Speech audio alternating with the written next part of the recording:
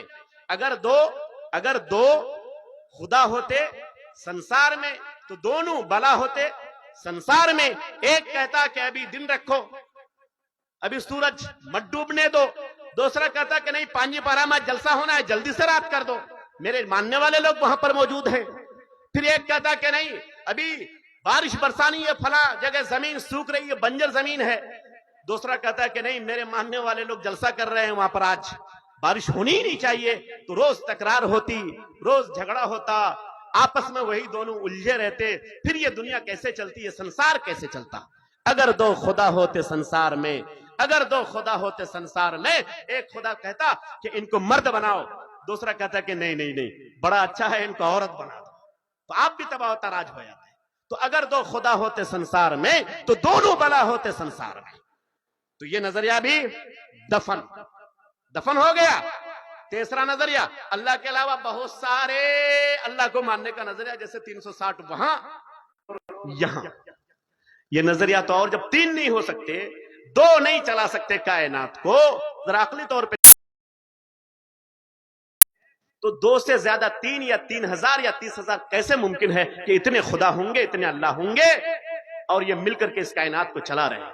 بھائی ایک مدرسے کا 2 صدر نہیں ہو سکتا، ایک ملک کا 2 پرائم منسٹر نہیں ہو سکتا، ایک اسٹیٹ کے، ایک ریاست کے، ایک صوبے کے 2 مکھیہ منتری نہیں ہو سکتے، ایک مسجد میں ایک وقت کی نماز کے لیے 2 امام نہیں ہو سکتے۔ پھر یہ کیسے ممکن ہے کہ اتنی بڑی کائنات، اتنی بڑی دنیا، یہ آسمان، یہ زمین، یہ سورج، یہ چاند، یہ ستارے اور ایک اربوں کروڑوں انسان، ان سب کو چلانا، ان کو غذائیں دینا، وقت پر سورج نکالنا، وقت پر سورج کا ڈوبنا اور موسم آتے ہی بارش کا ہونا، یہ ندیاں، یہ نالے، یہ پہاڑ، یہ پروت، یہ ساری چیزیں کیسے ممکن ہو پاتی؟ گرم برم ہو کے پورا نظام ختم۔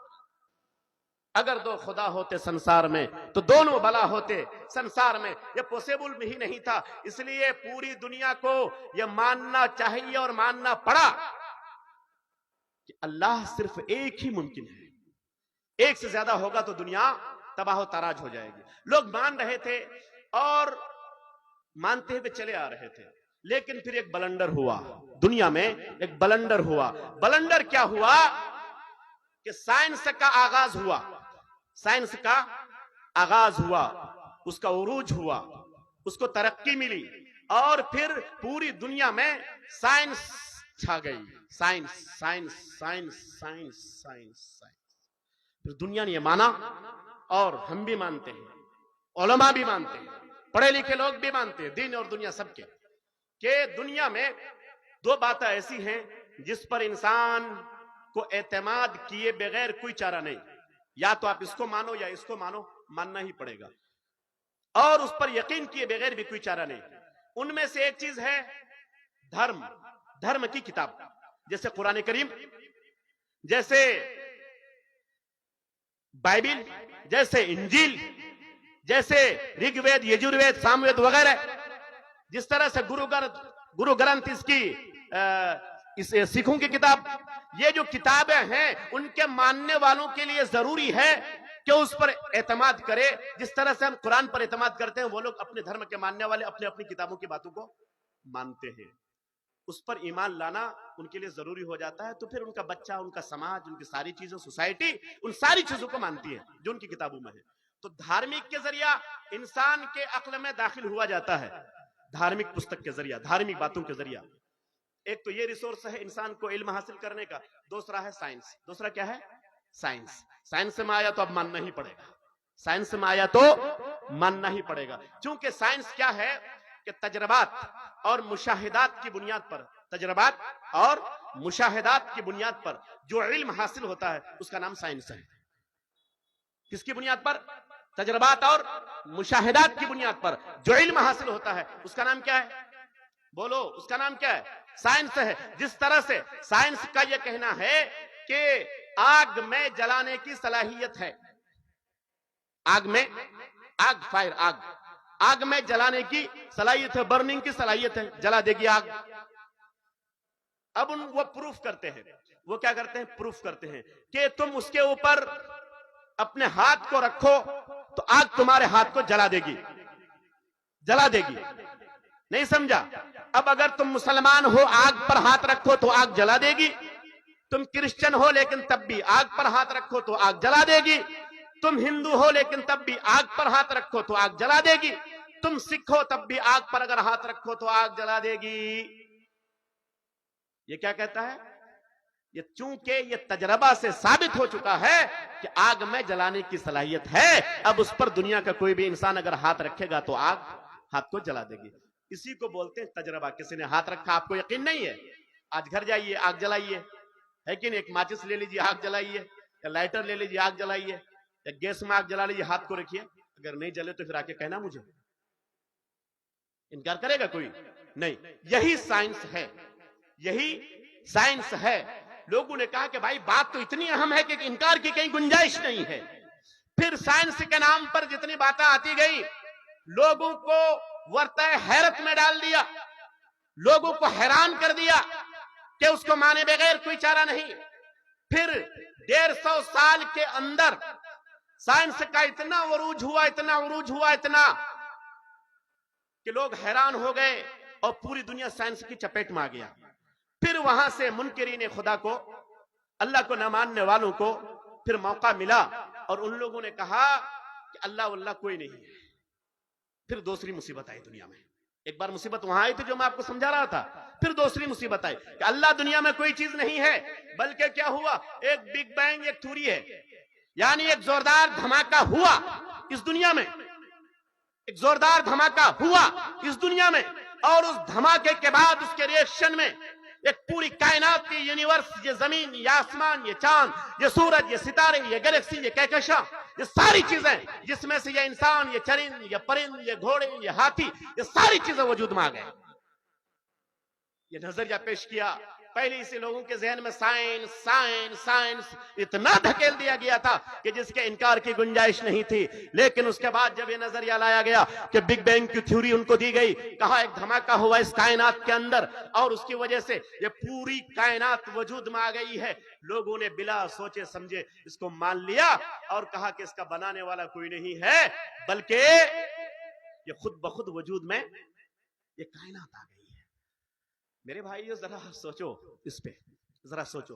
حالانکہ لوگوں نے اس کو مانا، اور جب تک ماڈرن سائنس اس دنیا میں نہیں آ گئی تب تک لوگ یہ ماننے پر مجبور رہے کہ یہ دنیا صرف اور صرف بگ بینگ کی وجہ سے وجود میں آئی ہے. اگر بگ بینگ نہیں ہوا ہوتا تو دنیا کا وجود نہیں ہوا ہوتا، یا آسمان نہیں بنا ہوتا، یہ زمین نہیں بنی ہوتی، ہم بھی نہیں پیدا ہوئے ہوتے. لوگ مانتے رہے. لیکن ماڈرن سائنس کے آنے کے بعد پھر یہ نظریہ غلط ثابت ہوا. میں تھوڑی دیر بعد اس میں آ رہا ہوں. جب وہ نظریہ آیا کہ خود سے یہ دنیا بن گئی، ذرا آپ تصور کرو، ابھی کئی سال پہلے آپ کے قریب گیسل میں ٹرین کا ایکسیڈنٹ ہوا تھا، نہیں ہوا تھا؟ کتنا دور ہے گیسل؟ 15 کلومیٹر. ضرور گئے ہوں گے آپ لوگ بھی دیکھنے کے لیے، جو اس وقت رہے ہوں گے یا سنے ہوں گے نا، ٹی وی میں دیکھے ہوں گے. دنیا والوں نے ان کو دیکھا. ایک ٹرین ادھر سے اور ایک ٹرین ادھر سے. حاجی صاحب یہاں پر بیٹھے ہوئے نا، آپ حاجی صاحب ہیں؟ حاجی صاحب ہیں، بیٹھے ہوئے ہیں. شمیم بھائی ہیں، چلے گئے یہاں سے. کہاں ہیں شمیم بھائی؟ شمیم بھائی پیچھے ہیں ماشاءاللہ، اصلاحی صاحب اصلاح کا کام کرتے ہوئے. شیخ آپ بھی یہاں تشریف فرمائیں. السلام علیکم. گڑبڑ ہو گیا، شیخ بیٹھے تو گڑبڑ ہو رہی بھائی. نہیں شیخ یہ گڑبڑ کر دیا، آپ کو دیکھ لیا میں. اب تو 1 منٹ بھی بولنا مشکل ہو جائے گا. اے شیخ اتنے بڑے خطیب یہاں پر بیٹھے ہیں اور میں بولے جا رہا ہوں. اب کوشش کروں گا کہ جلدی اپنی بات کو سمیٹ لوں. شیخ بیٹھے ہیں تو تھوڑی سی مجھے دقت ہوگی بولنے میں. شیخ کرے کہ بات توحید کی ہے تو بولتے رہیے اور بھول جائیے کہ کوئی ہے. واقعی چونکہ یہ موضوع بہت اہم ہے لیکن شیخ کا حکم ہے. واللہ میں شیخ کو سننے کے لیے خاص طور پر یہاں آیا. ان سے کئی چیزیں ملتی ہیں، کئی چیزیں ملتی ہیں. علم ملے گا اور علم کے ساتھ ساتھ توحید، اور توحید میں بھی توحید تو سبھی لوگ بیان کرتے ہیں نا، ہر طرح کے لوگ. اور ہر مکتب فکر کے لوگ توحید کے بغیر کسی کا چارہ نہیں ہے. لیکن توحید خالص جو نبیوں کی توحید تھی، جو صحابہ کی توحید تھی، جو علماء امت کی توحید رہی ہے ہمیشہ، جو محدثین اور مفکرین اور جو علماء اور علماء سلف کی اور فقہا کی جو اصل توحید رہی ہے، توحید خالص. اور دوسرے لفظوں میں یہ کہوں کہ قرآن کی جو توحید ہے، حدیث کی جو توحید ہے، جس کی بنیاد پر یہ مکمل اسلام کا سسٹم قائم ہے، وہ توحید آپ کو ملے گی شیخ کی تقریروں میں. اپنے بچوں کو شیخ کی کلپ ضرور دکھائیے، ویڈیو کلپس، آپ کو بہت مزہ آئے گا. اور ہم لوگ تو دوسرے لفظوں میں، پڑھے لکھے لفظوں میں ہم لوگ بولتے ہیں کہ شیخ کی بڑی منہجی تقریر ہوتی ہے. اپنے بچوں کو سناؤ تو سن کر کے اگر وہ بہکنے والا بھی ہے تو سننے میں اتنا مزہ آتا ہے شیخ کی تقریر کہ خود بخود راہ راستے پہ بچہ آ جائے گا. ہم لوگ سناتے ہیں، بھیجتے ہیں کلپس، اپنے بچوں کو سنواتے ہیں. شیخ یہاں بیٹھے ہیں، شیخ کا حکم ہے کہ کنٹینیو رکھیے کیونکہ ٹاپک توحید ہے. بہرکیف میں یہ عرض کر رہا تھا کہ یہاں پر گیسل میں ٹرین حادثہ ہوا. مجھے یقین ہے کہ ٹرین حادثہ کے بعد وہاں پر کئی بس خود بخود وجود میں آ گئی ہوگی، کئی چھوٹی چھوٹی گاڑیاں، موٹر سائیکل بھی. اور مجھے یقین ہے کہ شمیم صاحب وہیں سے اٹھا کے لائے ہوں گے. ٹرین کا کی ایک کرسی، ایک سیٹ ٹوٹی، اس سے ہوائی جہاز بن گیا. ٹرین کا ایک پارٹ ٹوٹا، اس سے یہ خوبصورت مائک بن گیا. نہیں سمجھا؟ ٹرین کا ایک چکا ٹوٹا اور اس سے خوبصورت بلڈنگ کھڑی ہوگی گیسل میں. نہیں دیکھا آپ لوگوں نے؟ ارے ٹرین کا ایک ڈبہ ٹوٹا اور اس سے بڑی بڑی دکانیں کھڑی ہوگی خوبصورت. جہاں پر تیل سب گرا تھا، اس تیل کو اٹھا کے لاؤ تو اس سے خوبصورت چاند ستارے بھی وجود میں آ گئے. آپ کہیں گے تنویر صاحب پاگل تو نہیں ہو گئے ہیں آپ؟ کیا کہیں گے؟ پاگل تو نہیں ہو گئے ہیں آپ؟ ٹرین کا ایکسیڈنٹ ہوا ہے، آپس میں دو چیزیں ٹکرائی ہیں، اور آپ یہ کہتے ہیں کہ چیزوں کے ٹکرانے کے بعد، ٹرین کے ٹکرانے کے بعد وہاں پر بسیں نکل گئی ہوں گے ان کے پارٹ سے، پرزے سے، وہاں کی سیٹ سے کوئی چیز خوبصورت بن گئی ہوگی، اس کے چکے سے کوئی خوبصورت عمارت بن گئی ہوگی. کہتے تنویر صاحب ہم تو آپ کو عقل مند سمجھتے تھے، لیکن آپ تو بڑے پاگل نکلے. اب آپ کو رانچی جانا چاہیے. اگر آپ خود سے جاتے ہیں تو ٹھیک ٹھاک ہے، ورنہ تو ہم لوگ باندھ کرے جائیں گے آپ کو. یہی کہیں گے نا آپ؟ چونکہ دنیا جانتی ہے، دنیا مانتی ہے، ہر سالم عقل والا یہ سمجھتا ہے کہ چیزوں کے ٹکرانے سے، ٹرین کے ٹکرانے سے دوسری ٹرین نہیں بن سکتی، بسوں کے ٹکرانے سے چھوٹی چھوٹی گاڑیاں، ایمبیسڈر کار اور دوسری چیزیں اس سے نہیں نکل سکتی. اتنا ہی نہیں، اگر ایک بلڈنگ تمہارے پاس ہے 2 منزلہ 3 منزلہ، چاہے زلزلے کی وجہ سے گر جائے، یا آپ اس بلڈنگ کو ایسی توڑ دو، یا آندھی طوفان کی وجہ سے اگر ٹوٹ جائے میرے بھائی، تو ٹوٹنے کے بعد وہ ملبہ تو ضرور بن جاتی ہے وہ بلڈنگ، لیکن نئی بلڈنگ خود بخود نہیں بن جاتی. چھوٹی موٹی دکانیں خوبصورت اس سے نہیں پیدا ہو جاتی. وہاں پر چھوٹا چھوٹا بچہ خود بخود ان اینٹوں سے، ان سریانوں سے، ان سریے سے اور لوہا سے نہیں پیدا ہو جاتا. دنیا پاگل کہے گی، لیکن ان سائنس دانوں کی عقل ماری گئی تھی. لوگوں نے کہا کہ بگ بینگ ہوا، دھماکہ ہوا، آپس میں چیزیں ٹکرائی اور پھر مکمل ایک کائنات وجود میں آ گئی، خوبصورت دنیا بن گئی، خوبصورت چاند بن گیا، خوبصورت ستارے بن گئے. اور دنیا کی یہ ساری چیزیں جو آپ دیکھ رہے ہیں، یہ چاند، سورج، ستارے، زمین، آسمان، پہاڑ، پربت، دریا میں مچھلیاں، زمین میں انسان، اور انسانوں میں اتنی شکلیں، یہ ساری چیزیں اسی بگ بینگ کے نتیجے میں وجود میں آئی. اب چونکہ سائنس کا اتنا جھٹکا تھا آیا ہوا پہلے سے لوگوں کے ذہن میں کہ لوگ سنبھل بھی نہیں پائے اور سمجھ بھی نہیں پائے کہ کیا کہہ گیا ہے یہ سائنس لوگ. یہ پاگل تھے حقیقت میں یہ پاگل نہیں تھے، چونکہ ان کو اگر وہ اس کو نہیں تسلیم کرتے تو ان کو ماننا پڑتا کہ اللہ کا وجود ہے. حقیقت میں وہ اللہ کے وجود کا انکار کرنا چاہتے تھے، اس لیے ان لوگوں نے کہا کہ نہیں، کوئی اللہ واللہ نہیں ہے، کوئی سپر طاقت نہیں ہے، کوئی نیچرل اتھارٹی نہیں ہے، کوئی سپر پاور نہیں ہے، بلکہ خود بخود بگ بینگ ہوا، ایک دھماکہ ہوا، اور دھماکہ ہونے کے بعد یہ ساری چیزیں خود بخود پیدا ہو گئی. میرے بھائیوں، میں بات اب بالکل لمبی نہیں کروں گا، لیکن آج میں آپ کو بتانا چاہتا ہوں، میں آپ کو یہ سمجھانا چاہتا ہوں کہ پھر ہوا کیا. حالانکہ اس کو قرآن کریم بھی تسلیم کرتا ہے کہ واقعی ایک دھماکہ ہوا. قرآن اس کو تسلیم کرتا ہے کہ واقعی ایک دھماکہ ہوا، لیکن قرآن یہ کہتا ہے کہ دھماکہ ہوا نہیں، دھماکہ ہم نے کیا. دھماکہ اور پھر دھماکے کے بعد جو چیزیں جہاں پر پرفیکٹ بیٹھنی چاہیے تھی ہم نے وہاں پر اس کو بٹھایا. جہاں پہاڑ ہونا چاہیے تھا پہاڑ بٹھایا ہے, جہاں سمندر رکھنا چاہیے تھا سمندر رکھا ہے, جہاں زمین رکھنی چاہیے تھی زمین رکھی ہے, جہاں آسمان رکھنا چاہیے تھا آسمان رکھا ہے, جہاں چاند سورج ستارے ہونے چاہیے تھے ہم نے وہیں اس کو سلیقے سے رکھا ہے. اور خاص طور پر انسان کو تو ہم نے بڑے سلیقے سے رکھا ہے, بہت خوبصورت فریم میں ہم نے اس کو پیدا کیا ہے. لقد خلقنا الانسان فی احسن تقویم. ساری چیزوں کو پیدا کیا, زمین, آسمان, چاند, سورج, ستارے, پہاڑ, پروت, مچھلیاں, یہ جانور, یہ ساری چیزیں, یہ ساری چیزیں. آپ کو معلوم ہے آج دنیا میں کتنی آبادی ہے؟ بولو کتنی آبادی ہے؟ کتنی آبادی؟ 120 کروڑ تو آپ کے انڈیا میں ہے بھائی. دنیا میں اربوں خربوں, کہیے تھوڑا سا. 8 ارب لگ بھگ, یاد رکھنا 8 ارب دنیا کے لگ بھگ دنیا کی آبادی ہے. اور اس دنیا میں جتنے لوگ ہیں ہر انسان کو اگر 200 کیڑے مکوڑے دے دیے جائیں ہر انسان کو, کتنے لوگ ہیں؟ سنجیدگی سے, اب جذبات میں نہیں, سنجیدگی سے بولو. 8 ارب انسان, ہر انسان کے بھاگ میں اگر ونشاولی بنائی جائے, حصہ لگایا جائے تو ہر انسان کو دیا جائے کتنا؟ 200 کیڑا مکوڑا جو زمین کے اندر رینگتے ہیں, جن کی آواز آپ کانوں میں سنتے ہیں رات میں, کیڑے مکوڑے چھوٹے چھوٹے. ہر انسان کو 200 اگر دیا جائے تو آپ ملٹی پلائی کیجئے کتنا ہو جائے گا, گنا کیجئے آپ. 8 ارب کو 200 سے گن ہی نہیں سکتے انگلی پر. آج بر وقت آج کی آپ کو میں رپورٹ بتا رہا ہوں کہ جتنے انسان اللہ نے پیدا کیے رکھے ہیں اس دنیا میں, آج جتنے موجود ہیں, ہر انسان کو اگر 200 کیڑے مکوڑے دیے جائیں تب بھی کافی ہو جائیں گے اور بچ جائیں گے. اتنے کیڑے مکوڑے اس دنیا میں اللہ نے پیدا کیے ہیں. اور مخلوقات کی بات تو جانے دو آپ, اور مخلوقات کی بات جانے دو آپ. اور پھر اتنا ہی نہیں, انسان بنایا, جانور بنائے, کیڑے مکوڑے بنائے, بے شمار مخلوقات اللہ نے بنائی. ان مخلوقات میں بعض مخلوقات ایسی ہیں جن کو ہم دیکھتے ہیں, بعض مخلوقات وہ ہیں جن کو ہم آج تک نہیں دیکھ پاتے, ہماری نظروں سے اوجھل ہیں.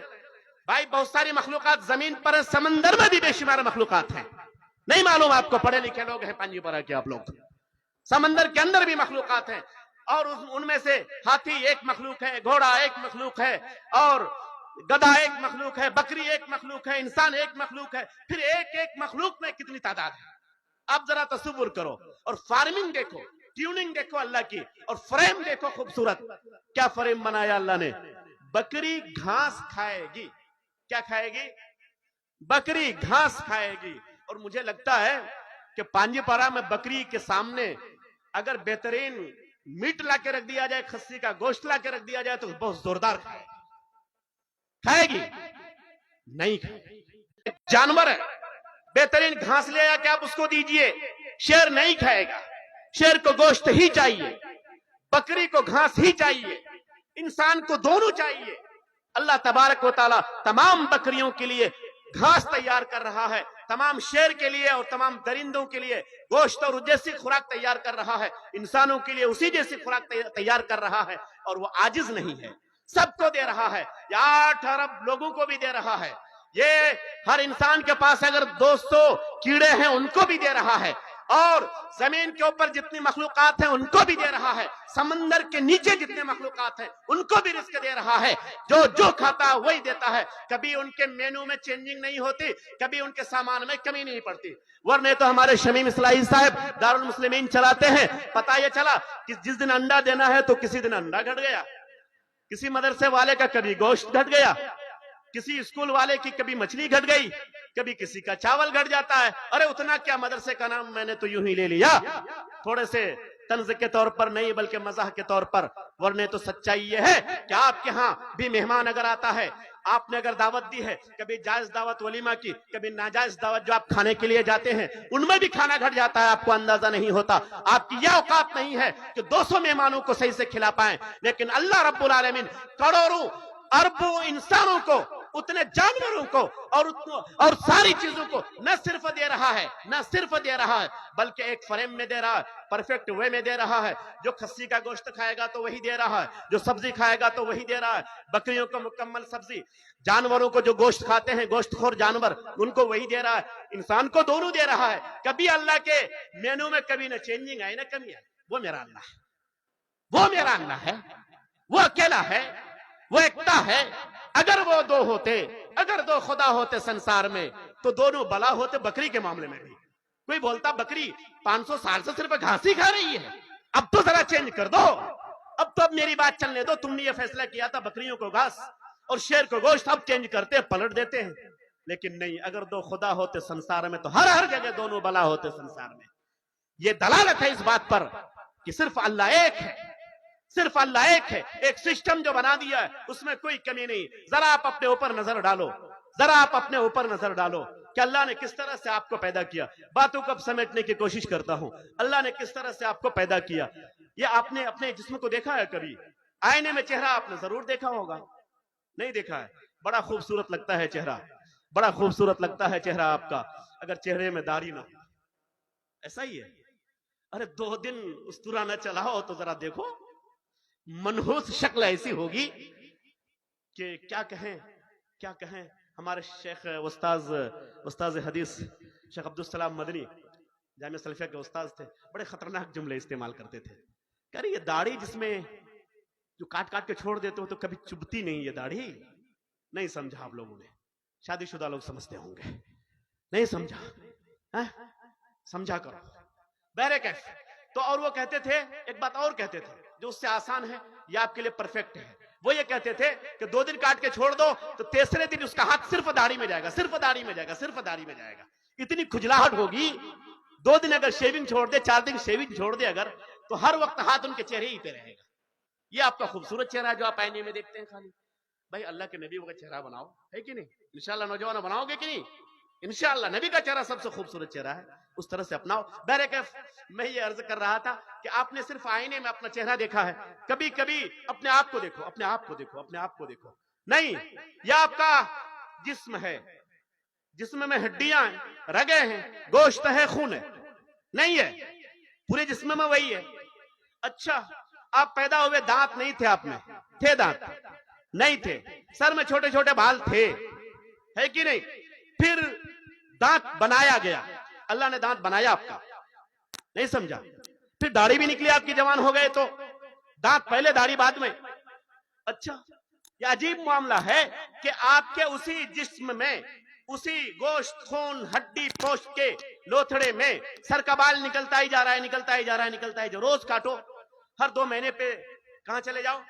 سیلون جاؤ، نائے کے پاس بیٹھو، بال کٹا کے آؤ، ہے کہ نہیں؟ سر کے 2 انچ نیچے یہ ابرو ہیں، ہے کہ نہیں؟ پلکیں. بھئی جسم وہی ہے، سر کا بال ڈیلی بڑھ رہا ہے، پلکیں نہیں بڑھ رہی ہیں، ابرو نہیں بڑھ رہے ہیں. ارے اتنا ہی نہیں، تھوڑا نیچے آؤ. دانت کس نے اس کو سکھایا ہے؟ اتنا ہی نکلنا ہے، اتنا لمبا نہیں ہونا ہے. کس نے اس کو روک دیا کہ اتنا سا ہو جانے کے بعد رک جانا ہے؟ اگر خود بخود ہوتا تو دانت تو بڑھتا رہتا. پھر یہ سائنسداں جن لوگوں نے اللہ کا انکار کیا کہ چیزیں صرف ٹکرانے سے ہو جاتی ہیں، ان کے دانت اتنے لمبے ہو جاتے کہ ہونک کی طرح وہ لگتا. دانت اگر بہت لمبے ہو جائیں تو کیسا لگے گا؟ وہ ہونک کی طرح نہیں لگے گا، ہونک کی طرح لگے گا. وہ کون ہے؟ کس کے آرڈر سے یہ دانت اتنا ہی نکل کے رک گیا. پھر نیچے داڑھی. آپ کہیں گے کہ سر کے بال تو بڑھتے رہے، نیچے آتے آتے شاید گھٹتا گیا اس لیے دانت میں آ کے رک گیا. نہیں، نیچے داڑھی ہے، داڑھی کے بال پھر بڑھتے جا رہے ہیں. وہ کون ہے جس نے سر کے بال کو کہا کہ تم بڑھتے رہو، اور جس نے داڑھی کے بال کو کہا کہ بڑھتے رہو، اور درمیان میں یہ سسٹم لگ دیا کہ نہیں، اتنا ہی بس؟ کون ہے وہ؟ غور کرو اپنے آپ کے اندر. ہر چیز میں توحید نظر آئے گی، ہر چیز میں اللہ کی قدرت نظر آئے گی. اور آج سائنسدانوں نے یہ کہا کہ انسان کے اندر جتنے سیلز ہیں، جتنے خلیے ہیں، اگر ان کا مطالعہ کرو تو آپ کو تعجب ہوگا کہ آپ کا جو یہ جسم ہے، یہ جو سیلز ہیں، اس میں اتنی انرجی ہے کہ اس کی وجہ سے آپ زندہ ہیں. اور کتنے سیلز ہیں معلوم ہے آپ کو؟ ایک